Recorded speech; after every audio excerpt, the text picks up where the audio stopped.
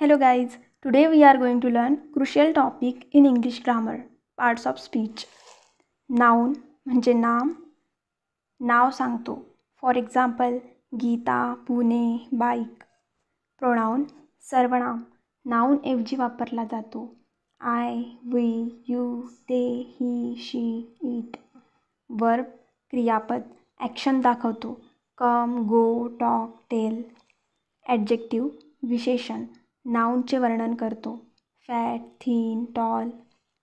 Adverb क्रियाविशेषण वर्बला describe करतो. Quickly, very, always. प्रेपोजिशन पूर्वप्रत्यय रिलेशन दाखवतो. In, on, at, under. Conjunction उभयान्वी अव्यय शब्द जोडतो. And, but, or. इंटरजेक्शन उद्गारवाचक भावना व्यक्त करतो. Wow, oh, that's amazing. So friends, प्रत्येक वर्ड हा एखाद्या पार्ट ऑफ स्पीचमध्ये येतो. We will see the details in the next video.